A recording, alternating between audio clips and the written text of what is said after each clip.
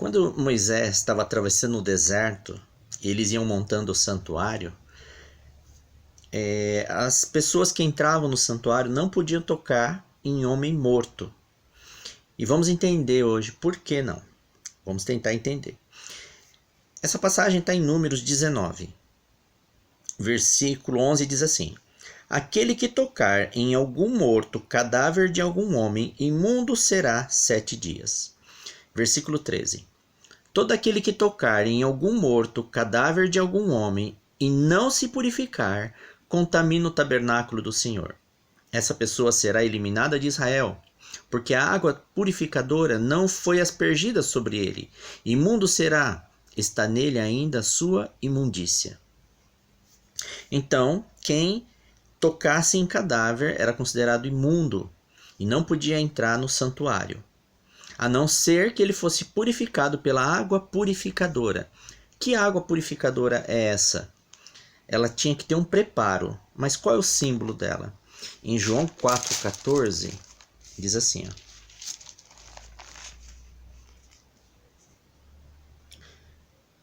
João 4,10. Replicou-lhe Jesus: Se conheceras o dom de Deus e quem é que te pede, o que te pede, dá-me de beber, tu lhe pedirias e ele te daria água viva. Então essa água é um símbolo da água da vida. Então quem tocasse em morto não podia entrar no santuário a não ser que se purificasse com a água da vida, que é um símbolo de Jesus. E por que não podia tocar em morto? Em Romanos 5, versículo 12, ele explica. Diz assim: Portanto, assim como por um só homem entrou o pecado no mundo, e pelo pecado a morte, assim também a morte passou a todos os homens, porque todos pecaram. Então, o homem morre por causa do pecado. Então, a morte é um símbolo do pecado. Então, a mortalidade do homem é um símbolo do pecado que entrou na terra. Então, um homem, se tivesse um cadáver, quem ia entrar no santuário, que é um símbolo do céu, ele não podia tocar no cadáver, porque o cadáver era um símbolo do pecado. Porque aquele homem morreu, porque quando o pecado entrou no mundo, entrou a morte. Então, o homem morto era um símbolo do pecado do homem, a mortalidade do homem, a consequência do pecado. Por isso que quem entrava no templo, se ele tocasse em um homem morto, que é um símbolo do pecado, ele era considerado imundo. E ele tinha que ser purificado em um ritual pela água purificadora. E essa água purificadora é um símbolo de Jesus, a água da vida. E como que era essa água purificadora? Ele explica aqui como que se preparava essa água. Ela tinha um preparo. Números 19, 2. Esta é uma prescrição da lei que o Senhor ordenou, dizendo: Dize aos filhos de Israel que vos tragam uma novilha vermelha, perfeita, sem defeito, que não tenha ainda levado jugo.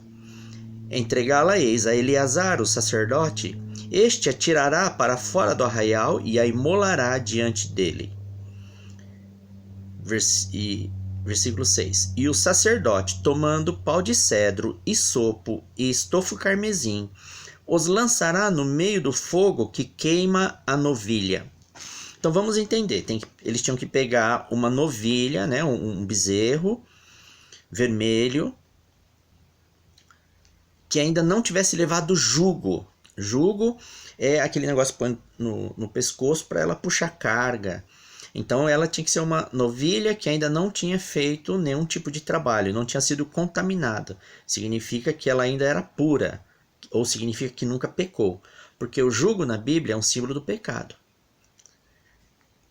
A não ser que seja o jugo de Jesus. Tá? Então, essa novilha nunca pode ter carregado jugo, nunca pode... É um símbolo de que ela nunca tivesse pecado. E vai entregar a novilha a Eleazar. Eleazar era o sacerdote que vinha antes do sumo sacerdote, que era Arão. Se Arão faltasse um dia, Eleazar se tornaria o sumo sacerdote. Então era o sacerdote mais importante. Tinha que pegar a novilha. Versículo 3. Entregá-la-eis a Eleazar, o sacerdote, este a tirará para fora do arraial e a imolará diante dele. Então Eleazar tinha que pegar a novilha vermelha, levar fora do arraial. Por quê? Olha só em Hebreus 13. versículo 12 e 13, olha. Diz assim: Por isso foi que também Jesus, para santificar o povo pelo seu próprio sangue, sofreu fora da porta. Saiamos, pois, a ele fora do arraial, levando o seu vitupério. A novilha era sacrificada fora do arraial porque Jesus também morreu fora das portas de Jerusalém, fora do arraial. Morreu lá no Monte do Calvário. Então é uma representação de Jesus. E aí tem que sacrificar esse cordeiro lá. Por que tinha que sacrificar esse cordeiro não, esse novilho? Aí em 1 João 1,7 ele completa esse raciocínio. Se, porém, andarmos na luz, como ele está na luz, mantemos comunhão uns com os outros, e o sangue de Jesus, seu Filho, nos purificará de todo pecado. Então a água purificadora era feita com a cinza dessa novilha, para nos purificar dos pecados. E lá era para purificar os homens que tocavam num cadáver, que também era símbolo do pecado. E ela tinha que ser queimada. E no versículo 6, e o sacerdote, tomando pó de cedro, sopo e estofo carmesim, os lançará no meio do fogo que queima a novilha. Então o que significa essas três coisas? Cedro, sopo e estofo carmesim, um pano carmesim. É para queimar junto com a novilha, para fazer uma cinza avermelhada. Então o cedro, que era colocado para queimar, é uma madeira avermelhada. O cedro é um símbolo de sem corrupção, tá? Um símbolo de sangue também. Isopo também tinha que queimar. Também isopo é uma planta. Lá no Salmo 51, versículo 7, diz assim: Purifica-me com isopo e ficarei limpo, lava-me e ficarei mais alvo que a neve. Então isopo era um símbolo de purificação, era queimado com a novilha. E estolo carmesim, um pano carmesim. O que significava esse pano carmesim que tinha que queimar junto com a novilha? Em Isaías 1,18, olha o que significa o carmesim. Vinde, pois, e arrazoemos, diz o Senhor, ainda que os vossos pecados sejam como a escarlata, eles se tornarão brancos como a neve. Ainda que sejam vermelhos como o carmesim, se tornarão como a lã.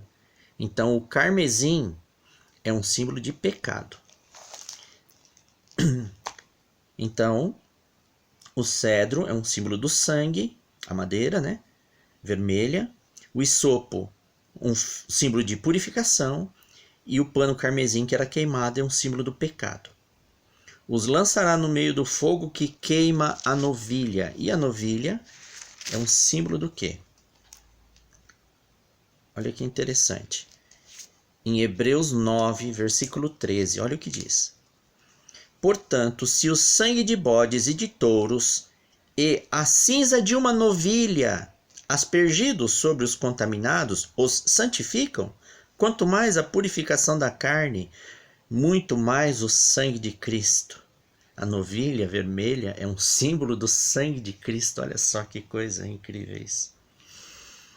Então, pegavam a cinza avermelhada e olha o que eles faziam. Depois que queimava a novilha vermelha, símbolo de Jesus, fora da cidade, um símbolo da crucificação fora da cidade. Era queimado o cedro, que é um símbolo de sangue e sem corrupção.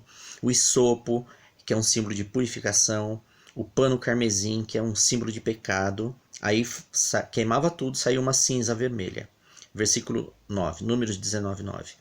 Um homem limpo ajuntará a cinza da novilha e a depositará fora do arraial num lugar limpo, e será ela guardada para a congregação dos filhos de Israel, para a água purificadora. É oferta pelo pecado. A água purificadora que eles faziam para purificar as pessoas que tinham tocado em homem morto, que era um símbolo de pecado. O que significa água purificadora? 1 João 1,9 diz assim: Se confessarmos os nossos pecados, Ele é fiel e justo para nos perdoar os pecados e nos purificar de toda injustiça. A água purificadora é um símbolo da confissão dos nossos pecados. E nós confessamos nossos pecados e nós somos purificados, somos perdoados dele. Olha que simbolismo magnífico aqui de Jesus Cristo no Velho Testamento. Então, é por isso que não se podia tocar em homem morto, porque era um símbolo do pecado, porque o homem passou a morrer quando o pecado entrou no mundo. Mas, com esse ritual de purificação, com essa água preparada, em que se queimava uma novilha com cedro, com isopo e carmesim, faziam uma cinza, que era um símbolo do sangue de Jesus, misturavam na água, que era um símbolo da água da vida, e essa água purificadora era um símbolo da nossa confissão dos nossos pecados a Jesus, e Ele nos perdoa. E aí as pessoas eram purificadas e elas poderiam novamente entrar no santuário, que é um símbolo dos céus, tá? É lindo demais isso aqui, né? Espero que tenha ficado claro, que tenha dado para entender. Eu vou deixar os versículos aqui para vocês estudarem, amém?